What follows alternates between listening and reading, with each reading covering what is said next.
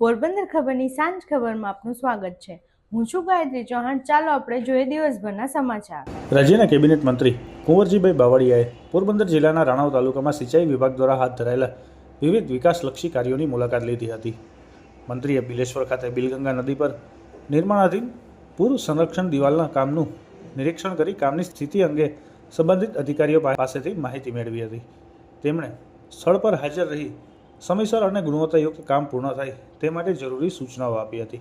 તેમજ પોરબંદરને પાણી પૂરું પાડતા ખંભાળા ડેમની મુલાકાત લીધી હતી। વિકાસ સપ્તાહ 2025 અને શહેરી વિકાસ વર્ષની ઉજવણીના ભાગરૂપે જિલ્લા વહીવટીતંત્ર અને પોરબંદર મહાનગરપાલિકાના સંયુક્ત આયોજનથી વિવિધ વિકાસના કાર્યોના લોકાર્પણ અને ખાતમુહૂર્તનો ભવ્ય કાર્યક્રમ બિરલા હોલ ખાતે યોજાયો હતો। આ પ્રસંગે જિલ્લા પંચાયત પ્રમુખ પરબતભાઈ પરમાર અને ધારાસભ્ય અર્જુનભાઈ મોઢવાડિયા સહિતના મહાનુભાવો ઉપસ્થિત રહ્યા હતા। તેમજ પોરબંદર મહાનગરપાલિકાની PMC કનેક્ટ મોબાઈલ એપ્લિકેશનનું પણ લોકાર્પણ કરવામાં આવ્યું હતું। આ એપ્લિકેશન મારફતે શહેરના નાગરિકો મહાનગરપાલિકાને તેમની સમસ્યાઓ અને ફરિયાદો સરળતાથી જણાવી શકશે।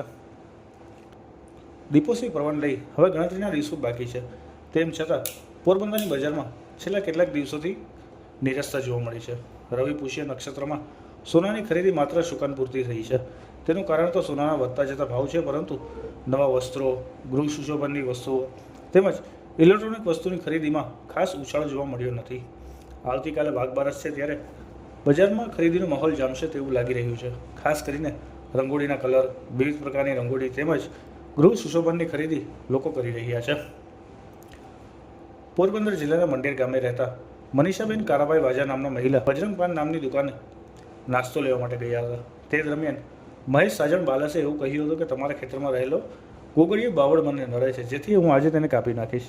આથી મનીષાબેને બાવળ કાપવાની ના પાડતા ઉશ્કેરાયેલા મહેશે ભૂંડી ગાળો આપી લાકડાના ધોકા વડે હુમલો કરી ઈજા પહોંચાડી હતી। તેમજ રાજીબેન મહેશભાઈ અને મધુબેને ટીકા પાટોનો માર મારી મૂંઢ ઈજા પહોંચાડી હતી। તેમજ પોલીસ ફરિયાદમાં દાખલ કરી તો જીવતી મારી નાખશું તેવી ધમકી આપી હતી। આ બનાવ અંગે માધવપુર પોલીસે વધુ તપાસ હાથ ધરી છે। બગોદરા પોલીસ સ્ટેશનમાં આજથી 5 વર્ષ પૂર્વે સગીરના અપહરણ અંગે પારવાડા ગામના નાથા ઉર્ફે ભદિયો રામભાઈ પરમાર સામે ફરિયાદ દાખલ કરવામાં આવી હતી।